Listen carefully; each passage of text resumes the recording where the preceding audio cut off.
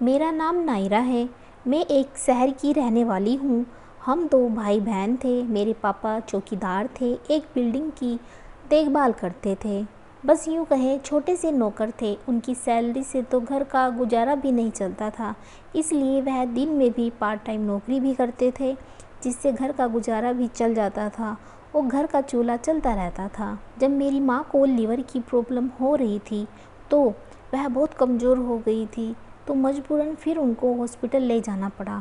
Hospital के खर्चे को पूरा करने के लिए हम दोनों भाई बहन भी पापा के साथ मेहनत मजदूरी करने लगे, मगर इसके बावजूद भी इतना ना कमा पाते कि माँ का इलाज जारी रख सकते।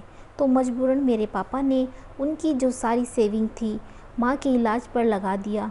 इतने खर्चे के बावजूद भी मेरी माँ ठीक ना हो पाई। सिसक सिसक कर मरने की बजाय हॉस्पिटल में ही सुकून से उनकी मृत्यु हो गई।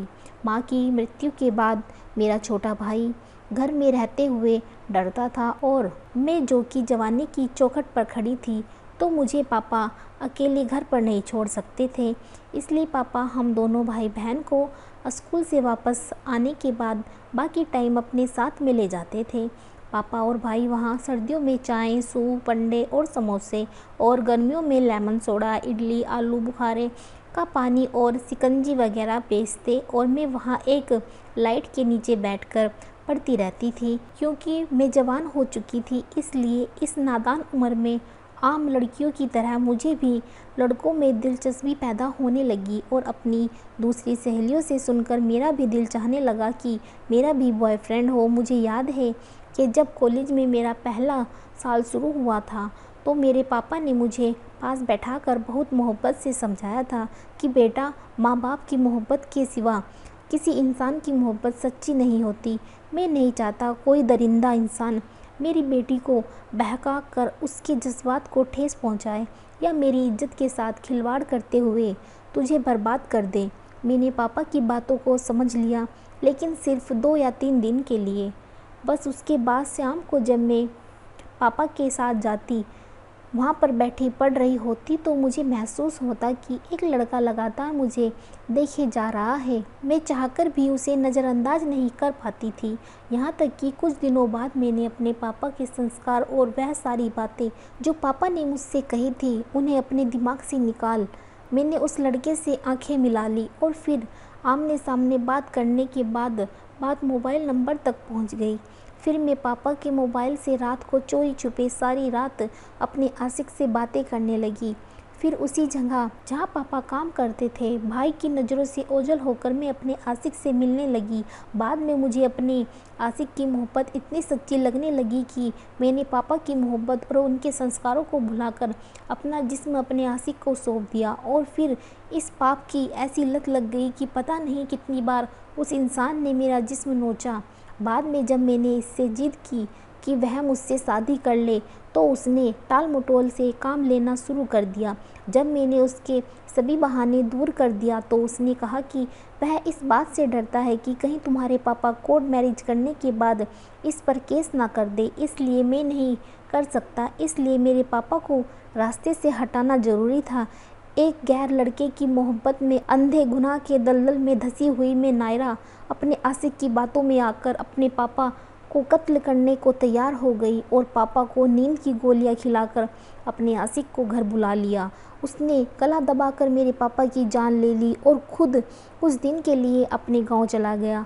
मेरे पापा क्योंकि गरीब और बीमार थे, इसलिए किसी को शक ना हुआ कि उनका अंतिम संस्कार कर दिया गया। और पापा की मृत्यु के 10 दिन बाद मेरे भाई ने किसी कंपनी में जॉब करनी शुरू कर दी। मैंने अपने आशिक से बात कर ली, और जब एक दिन भाई घर से निकला, तो मैं अपने आशिक के साथ निकलकर फरार हो गई, और हम दोनों ने शादी कर ली और उनके गांव पहुंच गए। वहां जाते ही उसके घर वालों ने मुझे स्वीकार करने से इनकार कर दिया। मजबूरन मेरे आशिक ने गाँव के अपने किसी करीबी दोस्त से उसका खाली पड़ा घर मांगा, जिसमें वह मुझे कुछ दिन रख सके, मगर इसके दोस्त ने घर देने के बदले में मेरा जिस्म मांग लिया। और वह मेरा पति, जिसकी खातिर मैंने अपने सगे पिता की जान ले ली थी, उसने अपने दोस्त की शर्त मान ली। जब मुझसे उसने अपने दोस्त की शर्त के बारे में बात की तो मैंने उसको समझाया कि तुम मेरे 7 जन्मों के साथी हो, मैं तुम्हारे सिवा किसी और मर्द के बिस्तर की खुशबू नहीं बन सकती। इस जवाब में उसने मुझे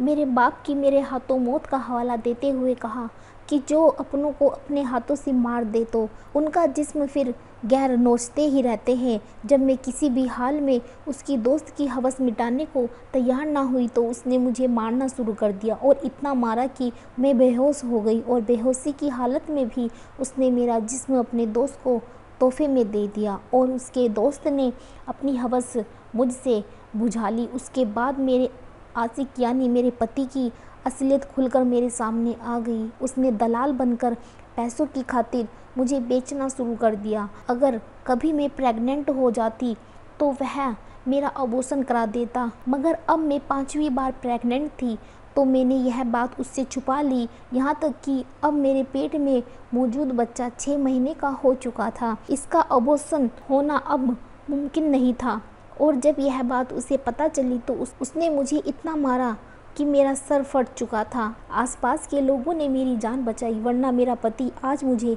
जान से मारने को तैयार था।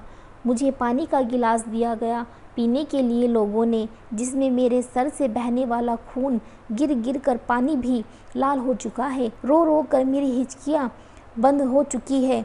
मेरे जिस्म से दर्द की लहर उठ रही है।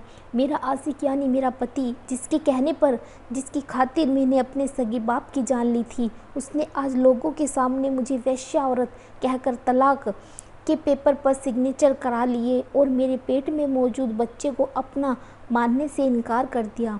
गांव के कुछ अच्छे लोगों ने मेरे इलाज के बाद मुझे अनाथ आश्रम भेजने का फैसला कर लिया है, और इस समय मैं हॉस्पिटल में अपने जख्मों पर मरहम पट्टी करवा रही हूँ।